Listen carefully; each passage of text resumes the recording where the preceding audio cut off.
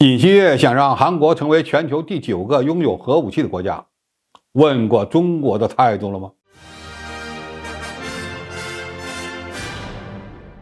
观众朋友，大家好，我是付前少。当今世界除了5个联合国常任理事国是合法的核武器拥有国以外，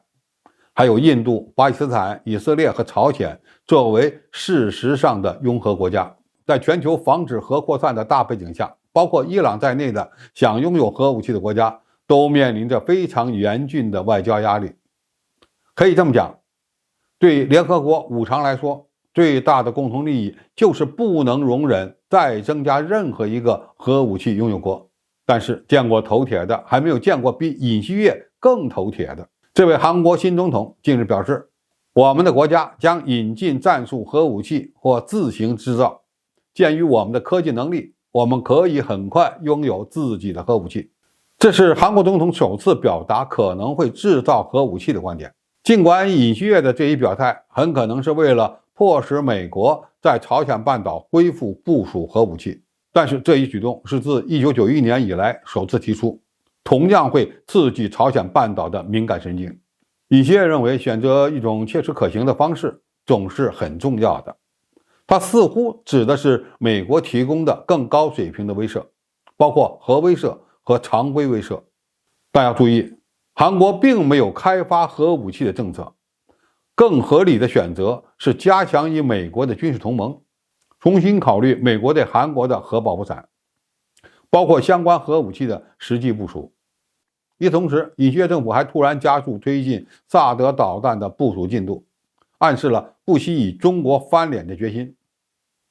上一届韩国政府曾经做出承诺，部署萨德不等于会加入美国的反导体系，不会损害中国的战略安全利益。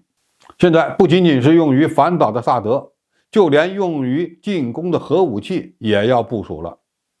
韩国甚至还想建设自己的核力量，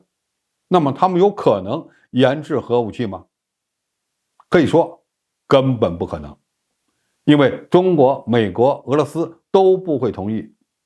如果一意孤行，只会带来沉重的外交灾难。韩国唯一的选择似乎就是让美国重新考虑为韩国提供核保护伞，也就是让美军在朝鲜半岛部署核弹的问题。但这也不是那么简单的事儿。首先，作为核不扩散条约的签署国，韩国目前被禁止发展核武器。根据1991年韩国与朝鲜的联合声明，首尔和平壤同意不试验制造、生产、接收、拥有、储存、部署或使用核武器。虽然朝鲜后来违反了该协议，但是朝鲜被联合国制裁，经济几乎被封锁。韩国能接受朝鲜同样的惩罚吗？其次，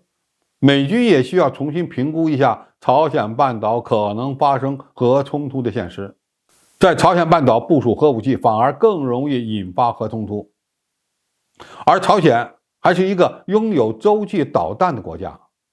美国输出核保护伞其实是有选择的，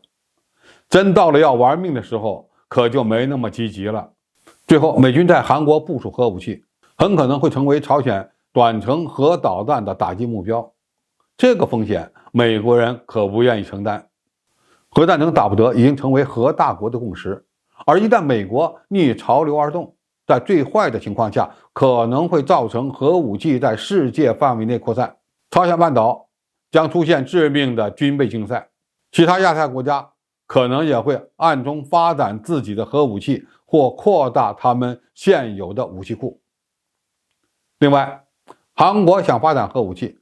或者让美军在朝鲜半岛部署核弹，这可比部署萨德对中国的威胁更大。在这种情况下，不需要朝鲜动手，中国就会在外交层面给韩国以极大的压力。这种压力